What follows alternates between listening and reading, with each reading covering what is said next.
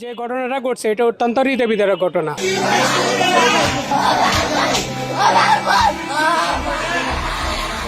রায়পুরের মানুষ এই হত্যাকাণ্ডের তীব্র নিন্দা জানাচ্ছি। আসসালামু আলাইকুম। লক্ষ্মীপুরের রায়পুরের ঘটনা আপনারা সবাই জানেন। মর্মান্তিক একটি হত্যাকাণ্ড। পুরো পরিবারের 5 জন সদস্য, তার মধ্যে 4 জনকেই হত্যা করা হয়েছে এবং একমাত্র ছেলে সে জীবিত আছেন। এই ঘটনা নিয়ে জানতে গিয়ে যেটা জানলাম যে সেখানে এই পরিবারের একমাত্র যিনি কর্মক্ষম ব্যক্তি ছিলেন, অর্থাৎ এই যেই নারী মারা গিয়েছেন তার 3 মেয়ে সহ তার স্বামী গেল বছর তিনি কাজ করতেন, তিনি হঠাৎ করে মারা যান। তো তিনি মারা যাওয়ার বিদ্যুৎ স্পষ্ট হয়ে সম্ভবত মারা গিয়েছে। তো উনি মারা যাওয়ার পরে এই মহিলা তার মেয়েরা টিউশনি করে নানানভাবে নিজের বাবার বাড়ি থেকে সংসার কোনো রকম চলছিল। এরই মাঝখানে ঘটলো এই ঘটনা এবং এই ঘটনায় একজনকে সেখানে গণপিটুনি দিয়ে তাকেও সন্দেহভাজন একজন ছিল, তাকে মারা হয়েছে। এই ঘটনার সাথে আসলে আমি মনে করি না যে 4 জন মানুষকে একজন ঢুকে তারপরে সবাইকে কুপিয়ে মেরে ফেলাটা এত সহজ বিষয়। আমার মনে হয় তার সাথে আরও কারা ছিল সেটাও খুঁজে বের করা উচিত। আমার আলোচনার মূল বিষয়টা না, এটা আপনারা এরই মধ্যে সবাই জানেন। আপনাদেরকে প্রথম আলোর খবর একটু খবরটা যে খবর এটা নিয়ে 2-3টা খবর তারা করেছে এই বিষয়ে। সেখানে যেই ঘাতক যে কিনা মারা গিয়েছে তার নাম হচ্ছে অন্তর মজুমদার। তো বাংলাদেশিদের নাম তো অনেক, মুসলমানের নামও আছে অন্তর, অন্তর। তবে তার বাপের নামটা বললে আবার কার্তিক মজুমদার, এটা বললে আবার তখন স্পষ্ট হয় তার ধর্মীয় পরিচয় কি।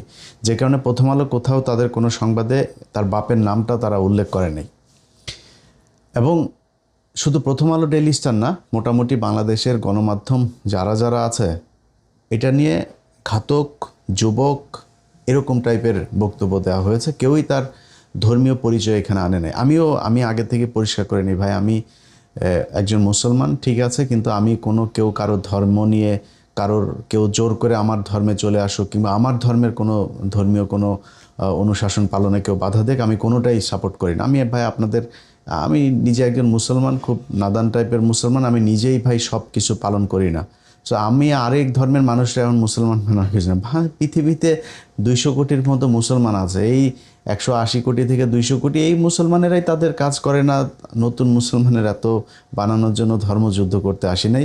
যে কারণে আমার কোনো সমস্যা নেই, আপনারা ধর্ম পালন করেন, আপনি একজনকে ভালোবাসতে পারেন। আমি এই ঘটনায় স্থানীয় 2-1 জনের কাছে যেটা জেনেছি যে সম্ভবত, এটা 100% শিওর না, সম্ভবত এই যে 3 জন মেয়ে মারা গিয়েছে তাদের বড় বোনটার সাথে অথবা 2 নম্বর বোনটার সাথে এই অন্তর মজুমদারের কিছু একটা হয়েছিল। মানে প্রেম হয়েছিল কিনা এটা না, তবে কিছু একটা হয়েছিল, সেটার প্রেক্ষিতেই এই আস্তে আস্তে এই ঘটনা ঘটে। আচ্ছা, এখন কি হয়েছিল সেটা হচ্ছে মূল বিষয়। ধরেন একজন হিন্দু মানুষ একজন মুসলমানকে ভালোবাসতেই পারে, একজন মুসলমান একজন হিন্দুকে ভালোবাসতে পারে। আমি একদম কোনো সমস্যা নাই। কোনো মেয়ে যদি নাকি উইলিংলি যদি মনে করে সে মুসলমান হয়ে যাবে, ব্যাপার না, তারা জোর করে আনা যাবে না। আবার একজন মুসলমান মেয়ে বা পুরুষও যদি মনে করে যে হিন্দু ছেলেকে বা মেয়েকে বিয়ে করবে, আমার কোনো সমস্যা নেই। আমি আগে পরিষ্কার করে নিলাম আমার জায়গাটা। এখন কথা হচ্ছে, এই ছেলে এই বাসাটায়, যেই বাসাতে এই 4 জন খুন হয়েছে, এই বাসাতেই গেল কয়েক মাস আগে ভাড়া ছিল। এবং ভাড়া থাকা অবস্থায় এই যে বললাম যে কিছু একটা হয়েছিল, সেই অবস্থায় কতটুকু কি হয়েছিল সেটা আমি আপনাদেরকে শতভাগ নিশ্চিত হতে পারিনি, যেহেতু আমি বলতে পারবো না। তবে যেই পর্যন্তই গিয়েছে, একটা পর্যায়ে গিয়ে ওই মেয়ে জানতে পারে যে তার পরিচয় হচ্ছে সে হিন্দু। সে আগে হিন্দু পরিচয় দিয়ে এখানে আসে নাই। আচ্ছা, এইটা জানার পরে সেই মেয়ে আর আগায় নেই। বাট আবারও কিন্তু রিপিট করছে যে সেই মেয়ের সাথে প্রেম হয়েছিল কি না, কী হয়েছে আমি এই ব্যাপারে নিশ্চিত হই নাই। বাট যতটুকু এগিয়েছিল, যখন সে জানতে পেরেছে যে সে হিন্দু, ওই মেয়ে তখন স্টপ করেছে। তখন এই অন্তর মজুমদার শুরু করে জোর জবরদস্তি করে তাকে সে ভোগ করবে, তাকে বিয়ে করবে, নানান ধরনের হুমকি দিতে থাকে, তার আপনার সামাজিকভাবে তাকে হেয় প্রতিপন্ন করবে, নানান হুমকি টুমকি দিতে থেকেছে। এর এক পর্যায়ে এসেই এইভাবে মারা গেল। এখন যতটুকু আমি বললাম এতটুকু আপনি মনে করেন এটা ঘটতেই পারে। মুসলমান ছেলেও মহিলাদেরকে মারে, মানে মহিলা কি বলে গার্লফ্রেন্ডকে হত্যা করেছে, স্ত্রীকে মেরেছে, স্ত্রী তার পরকীয়া প্রেমিককে নিয়ে তার স্বামীকে মেরেছে, এরকম অনেক ঘটনা ঘটেছে। আমি এই ঘটনাটা এই পর্যন্ত রাখলাম। বাট আমার আজকে আপনাদেরকে যে কথাগুলো বলার কারণ কেন হলো এই ঘটনাটাকে নিয়ে, সেটার একটা কারণ আছে। বাংলাদেশে বিশেষ করে এই শেখ হাসিনার সরকার ক্ষমতায় থাকার সময়টাতে আমার হিন্দু ভাইদেরকে কিছু কিছু জায়গায় তাদেরকে কিছু সুযোগ দেওয়া হয়েছে, এবং তারা মনে প্রাণে আবার একটা বিশাল অংশ ভারতের সাথে অখণ্ড ভারত বানানোর জন্য একটা স্বপ্ন তারা দেখে। এবং এই স্বপ্ন কিন্তু মানে আমি জানি না কত পার্সেন্ট বলবো, বাট অনেক মানুষ আছেন, অনেক হিন্দু দাদারা আছেন আমাদের সাথে খুব মিষ্টি মিষ্টি করে কথা বলেন, মনের মধ্যে কিন্তু ওইটা লালন করেন। আমাদের সাথে আর যখন আসে কথা বলে তখন কিন্তু বুঝতে পারবেন না তার মনের ভিতরে আসলে কি।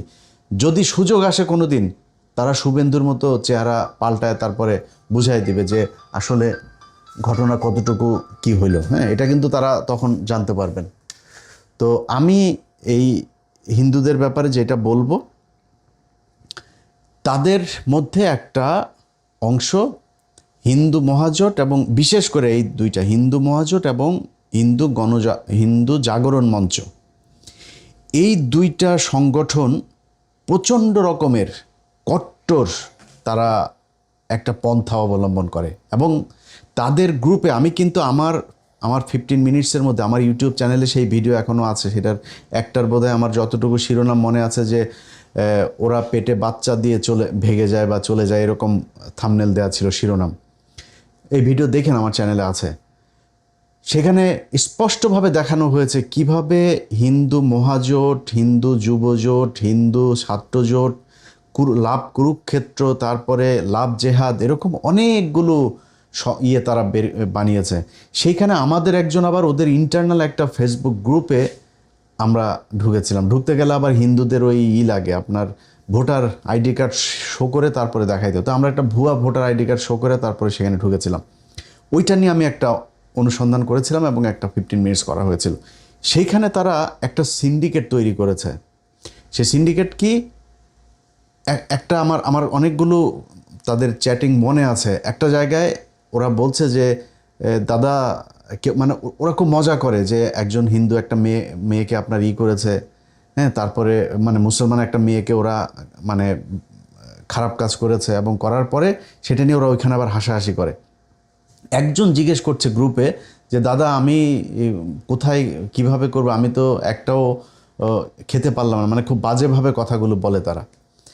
তো ওই আরেকজন আবার সেখানে উত্তর দিচ্ছে যে গাজীপুর, সাভার, তারপরে নারায়ণগঞ্জ, এইসব জায়গায় গেলে, গার্মেন্টসে গেলে এইসব জায়গায় খুব সহজে খেতে পারবা। মানে ওই জায়গায় একটু গরিব মেয়েরা, তারা ওই যার সাথে হয়তো সম্পর্ক হয়তো না বুঝেই সম্পর্ক হয়ে গিয়েছে, কার কোথায় বাড়ি সেটাও যে যেভাবে পরিচয় দিয়েছে সেইভাবেই হয়তো ওরা বিশ্বাস করেছে, এইভাবে তারা আর নাম পরিবর্তন করে, ভোটার আইডি কার্ড পরিবর্তন করে, এইসব করে তারা এই বিভিন্ন জায়গায় গিয়ে করে মুসলমান পরিচয় দিয়ে প্রথমে সম্পর্ক করে, এরপরে বিয়ে করে, 2-3টা বাচ্চা হয় বা একটা বাচ্চা হয়, তারপরে সেই মেয়েটাকে কিছু কিছু ক্ষেত্রে আবার এই সন্তান দিয়ে ডিভোর্স দেয়, কিছু কিছু ক্ষেত্রে এই মেয়েদেরকে আবার এরকম, আমার ওই প্রোগ্রামেই ছিল, ভারতে নিয়ে গিয়েছে, ভারতে নিয়ে সেখানে আপনার পতিতালয় পর্যন্ত বিক্রি করে দেওয়া হয়েছে, এরকম ঘটনা ঘটেছে। এখন এই যে উদ্দেশ্য প্রণোদিত একদম সুপরিকল্পিতভাবে মুসলমান মেয়েদেরকে এইভাবে আপনার ধর্ষণ করে তারপরে তাদেরকে এই পেটে বাচ্চা দিয়ে তারপরে তারা চলে যাওয়া, এবং এই যে পরিকল্পনা, এইটা এই গোবিন্দ প্রামাণিক তার হিন্দু মহাজোটের কেন্দ্রীয় পরিকল্পনা, একদম সবার সমন্বয়ে এই সিদ্ধান্ত তারা নিয়েছে। একটা দুইটা না, শত শত ঘটনা এরকম বাংলাদেশে ঘটেছে। এই ঘটনাগুলোর মধ্যে আমাদের একটা গ্রুপ এটার বিরুদ্ধে কাজ করেছে, এবং তারা বিভিন্ন জায়গাতে কিছু সমস্যায় আপনার সম্মুখীন হয়েছে। সেই সমস্যাগুলো কীরকম, ধরেন যখন কোনো মেয়ে, হিন্দু কোনো মেয়ে আপনার এই মেয়েকে মুসলমান ছেলে বিয়ে করে, তখন ওই হিন্দু মেয়ের বাবা করে কি, এই থানায় গিয়ে অপহরণ মামলা করে। এবং পুলিশ খুব তৎপর হয়ে যায়, তাৎক্ষণিক তার পরিবারের তাকে না পেলে তার ভাই বাপ মা সবাইরে ধরে নিয়ে আসে। আচ্ছা, একইভাবে আমি কিন্তু শুরুতেই বলেছি যে যদি কেউ মনে করে যে হিন্দু মেয়ের সাথে মুসলমান ছেলে প্রেম করবে বা মুসলমান মেয়ের সাথে যদি নিজেদের স্বেচ্ছায় যদি করে থাকে ঠিক আছে, কিন্তু আপনি যখন মুসলমান মেয়েকে ছেলে যখন হিন্দু মেয়েকে প্রেম করলো তখন আপনি পুলিশ বিশাল তৎপর হয়ে গেলেন। একই ঘটনা মুসলমান এই মেয়েকে যখন হিন্দু ছেলে এইভাবে নিয়ে যায় এবং এই মুসলমান মেয়ের বাবা যখন কিনা মামলাটা করে, আমি সবশেষ আমাদের গাজীপুরে আপনার পুবাইল থানায় এইখানে একজনকে উদ্ধার করেছিলাম। ওই সময় ছিলেন পুলিশের কমিশনার ছিলেন নাজমুল করিম সাহেব, এবং ওই থানার ওসিও আমাদেরকে যথেষ্ট সহায়তা করেছে। আমি ফোন করে বললাম যে ভাই এই ব্যাপার, এই মুসলমান মেয়েটাকে হিন্দু ছেলেটা এইভাবে পরিচয় না দিয়ে, মাদ্রাসার ছাত্রী, আপনাদের মনে আছে হয়তো যে বোরকা পরা একটা মাদ্রাসার ছাত্রী, সেই হিন্দু ছেলে তার সম্মান নষ্ট করেছে। অনেকে এটা নিয়ে মেয়ের বিরুদ্ধেও কথা বলেছেন, বাট মেয়ে জানতো না যে সে হিন্দু। এইভাবে উদ্ধার করতে গেলে বেশিরভাগ ক্ষেত্রে যখন হিন্দু মেয়ে হয় পুলিশ খুব দ্রুত ব্যবস্থা নেয়, আবার মুসলমান মেয়ে যখন হয় তখন আবার এই ব্যাপারে আপনার হিন্দুদেরকে ধরা, তার পরিবারের লোকজনের নিয়ে ধরা, এটা আবার করে না। এই ঘটনাটা গেল 15 বছর ধরে সবচাইতে বেশি ঘটেছে, এবং সেটার ধারাবাহিকতা কিছু কিছু থানায় এখনও এটা করা হয়। তারা মুসলমান মেয়েদেরকে নিয়ে গেলে তখন আর অপহরণ মামলা হয় না, কিন্তু হিন্দু মেয়েদেরকে মুসলমান ছেলে যদি বিয়ে করে তখন আবার অপহরণ মামলা করে সাথে সাথে তারা ধরে নিয়ে আসে। এই ঘটনাগুলো ঘটছে কারণ হাসিনার সময় এই প্রশাসনটা এমনভাবে হয় ডিসি, না হইলে এসপি অথবা সার্কেল এসপি অথবা 2-3 থানার ওসি, সব তাদের এই চক্রবর্তীদের লোকজন এখানে থাকতো। এইভাবে তারা যখন যেই সমস্যায় পড়েছে সাথে সাথে তারা এই জিনিসগুলোতে এইভাবে এই মুসলমানদের বিরুদ্ধে কাজ করত। অতএব এই ঘটনাগুলোর প্রেক্ষিতে আমরা এই সবশেষ এই যে রতন মজুমদার যে ঘটনা ঘটিয়েছে, কার্তিক মজুমদারের ছেলে, আমরা মনে করি এই রতন মজুমদারের যেই আশপাশে যেসব লোকজন, তার যে চলাফেরা, তার হিন্দুদের, তার ফেসবুকেও সে ওই যে রংপুরের বিষয় নিয়ে ভীষণ রকমের সরব ছিল। তারপরে এই ঘটনার পরপরও তার অনেক বন্ধুবান্ধব এই হিন্দু মহাজোটের এরাই অনেক জায়গায় তারা লেখালেখি করেছে যে এইভাবেই করা হবে, শায়েস্তা করা হবে যদি আমাদের সাথে খেলতে আসো। তো ভাই, যেই ঘটনা ঘটেছে তারে তো গণপিটুনি দেওয়া হয়েছে, তাকে মেরে ফেলা হয়েছে। আমি এই ঘটনার সাথে আরও যারা আছে তাদের বিচার চাই, তাদের দ্রুত ব্যবস্থা নেওয়া হোক। এবং এই যে হিন্দু হলে তারপরে তাদের ব্যাপারে কোনো পরিচয় দেওয়া হয় না, এই একই ঘটনা যদি আজকে একজন মসজিদের ইমাম সাহেব করতেন, প্রথম আলোর নিউজের হেডলাইন হইতো মাদ্রাসার শিক্ষক মসজিদের ইমাম এই কাজ করেছেন। আজকে আমরা কিন্তু সেটা পাইনি। সো গণমাধ্যমের ভূমিকাটা আমরা নিউট্রাল দেখতে চাই। এটা কিন্তু হাসিনার সেই বাংলাদেশটা, এটা মনে রাখতে হবে। আগের মতো অত সুবিধা করে যাইতে পারবেন না। বিএনপির 2-4 জনকে কিনতে পারলেও বিএনপির মানুষজনের মনের ভেতরেও কিন্তু কষ্ট আছে এই গত 15 বছরের।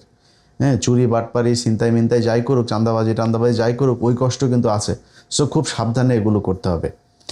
আর সবশেষ আমি বাংলাদেশের মুসলমান মেয়েদেরকে একটু বলবো যে আপা, মানে একজনরে পাইলেন আর কাপড় চোপড় সব খুলে দিলেন, এটা করার আগে ওর বাপের নাম কি, ওর বাড়ি কোথায়, ও আসলে কে, এটাকে জানেন। আপনার হিন্দু জানার পরে আপনি তারা বিয়ে করতে চাইলে আপনি করেন, কোনো ভাই আমি খুব লিবারেল, আমি এটা নিয়ে কট্টরপন্থা কোনো জায়গায় যাইতে চাই না। আপনি যাইতে চাইলে যান, সমস্যা নেই, বাট পরিচয় আগে জানেন। জানার পরে যদি আপনার মনে হায় হায় কী করলাম সব দিয়া তারপরে আপনি তার সাথে, এরকম ঘটনাও ঘটেছে। মানে সে জেনেছে, জানার পরে এখন কি করা, তার অলরেডি একটা বাচ্চা হয়ে গিয়েছে, তখন সে জানলো যে সে হিন্দু, তাকে নিয়ে হিন্দুদের পূজা করায়, তাকে হিন্দু বানানো হয়েছে, তারপরেও তার শান্তি নাই, বিক্রি করে দিয়েছে ভারতে নিয়ে আপনার পতিতালয়ে। সো আপনি বিয়ে করার আগে সে থাকবে কিনা সেই গ্যারান্টি বুঝে তারপরে কাপড়টা খুলে দিন। তার আগ পর্যন্ত আল্লাহর হস্তে একটু হিসাব করে তারপরে যা করার সেটা করেন। আর বাংলাদেশের প্রশাসনকে বলবো, ভাই এটা কিন্তু একটা পরিকল্পিত চক্রান্ত। তারা কিন্তু মানে খুব গভীরভাবে তাদের ভেতরে এই পরামর্শ করে তারপরে পরিকল্পনা করে তারা এই মুসলমান মেয়েদের পেছনে লেগেছে। অতএব আপনাদের কাছে দৌড়ায় গিয়া ওই হিন্দুরা যখন যাওয়ার পরে আপনারা সাথে সাথে মুসলমান ছেলের বাড়িতে সব ধরে নিয়ে আসেন, আর মুসলমান মেয়েরে নিয়ে যাওয়ার পরে আপনাদের কাপড় মানে চেয়ারের এখান থেকে পাশা নড়ে না, এই কাজটা পুলিশের কেউ করে না। এরকম যদি কোনো থানার কোনো ওসি টোসি কোনো জায়গায় যদি এরকম করেন, সেটা যদি ভাই আমাদের কান পর্যন্ত আসে, তাহলে আমাদেরও যদি সুযোগ থাকে তাহলে আমরাও জায়গা মতো তখন ধরে দেব। তো আজকের ভিডিওতে যেই মেসেজটা বাংলাদেশের মানুষকে দিতে চাইলাম, ভাই আমরা চরম একটা পরিস্থিতির মধ্য থেকে বাংলাদেশ এই 15 বছরের এই দুঃসহ একটা অবস্থা থেকে করেছে, এবং 15 বছরে আমরা দাদাদের চেহারা খুব সুন্দরভাবে দেখেছি। আল্লাহ হয়তো ভালোর জন্যই আপনাদেরকে এটা দেখিয়েছে, এবং না দেখাইলে এই ভারতীয়দের এই দাদাদের এই চরিত্র কি এটা আমরা বুঝতে পারি। আমরা ওদেরকে সবসময় অসহায়, আহারে, নিরাপরাধ এরকম মনে করতাম। তো হিন্দু ভাইরা, আপনারা আপনাদের ধর্ম পালন করেন, আপনারা হন, মানে আমাদেরকে অচ্যুত একদম মানে খুব টিয়ে মনে করে আমাদেরকে দিয়ে মুসলমান মাইপেন না কিন্তু। হ্যাঁ, আপনারা এখনও পর্যন্ত যদি আরবে যান না, আপনাদের আরবে যেসব লোকজন যায় এখনও আরবের শেখদের ঘরে যায়, তারপরে করে মুসলমানদের পরিচয় কিন্তু ওইটা, আমরা না। কিন্তু আমাদের চামড়া টামড়া দেখে, গায়ের রং দেখে, আমাদের মানে ন্যাশনালিটি দেখে মুসলমানদের হিসাব করে না। মুসলমান ওইটা ওই জায়গায় যায়েন, ওদের চেহারা সুরত, ওদের চলাফেরা, খাওয়া দাওয়া, ওদের জীবনযাত্রার মান, এগুলি চিন্তা করেন। আপনাদের লোকজন এখনও ভারত থেকে যদি 2টা ভিসা দিবে বলে, তাহলে দৌড়ায় কাপড় চোপড় খুইলা তারপর জমি জায়গা বেচা দিয়া তারপর শেখেদের বাথরুম পরিষ্কার করতে যায়, ওই মসজিদ পরিষ্কার করে, হ্যাঁ, মসজিদের বাথরুম পরিষ্কার করে, ভেতরে তো ঢুকতে দেয় না, মসজিদের বাথরুম পরিষ্কার করেন আপনাদের লোকজন। ওই এখনও পর্যন্ত মোদিরে যদি দুবাই যায়, মানে সৌদি টৌদি বাদ দিলাম, দুবাই গেলেও নমস্কার করে আসে, ওইখানে যায় হাতে পায়ে ধরে তারপরে আসে। সো ওই দিকে নজর দেন। হ্যাঁ, এই দিকে আমাদেরকে দেখে, আমাদের মতো মুসলমান দেখে নাকটাক ছিটকায় না। আমাদের দেখতে তো আমরা একটু সুন্দর না, আমরা তো দেখতে মানে আপনাদের গায়ের রং আর আমাদের গায়ের রং সেম সেম, তো আমাদেরকে দেখলে একটু মানে নাক ছিটকাইতে সহজ হয়, বাট ওই দিকে একটু পশ্চিম দিকে একটু তাকায়েন, তারপরে আমাদের নাক ছিটকায়েন। আর এই যে মুসলমানদেরকে আপনার পেটে বাচ্চা দিয়ে তারপরে সব হিন্দু বানায় ফেলবেন, এই চিন্তা ভাবনার চাইতে আপনারা 140 কোটি খালি ইন্ডিয়াতেই আছেন। 140 কোটির মধ্যে প্রায় 110 কোটি আপনাদের হিন্দু। এগুলোরে টিকায় রাখেন, এগুলোরে টিকায় রাখা খুব জরুরি। হ্যাঁ, ওইগুলি কিন্তু ফসকায় যাচ্ছে। আপনাদের এই ইন্ডিয়াতে কতজন এখন ধর্ম পালন করে, আপনারা একটু করেন। ওই যে একজনরে বের করে দিয়েছেন না আপনাদের দেশ থেকে, ওই লোকের যদি আর 2-4 বছর যদি ভারতে যদি নাকি আপনার পিস টিভি চালাইতে দিতেন, তারপরে দেখতেন যে চারিদিকে হাহাকার, হায় হায়, এই কাপড় চোপড় খুলে এমন যেমন ন্যাংটা হয়ে রাস্তায় হাগামোতা করেন না, এবং সব রাস্তায় একটা হাগামোতা শুরু করতেন। খেদাই দিয়েছেন, থাকতে দেন নাই। সো তর্ক যুক্তি এগুলো ধর্মীয় কথাবার্তা বলতে আসি নাই, বাট যেটা বলতে আসছি, ধর্মীয় বিভাজন চাই না।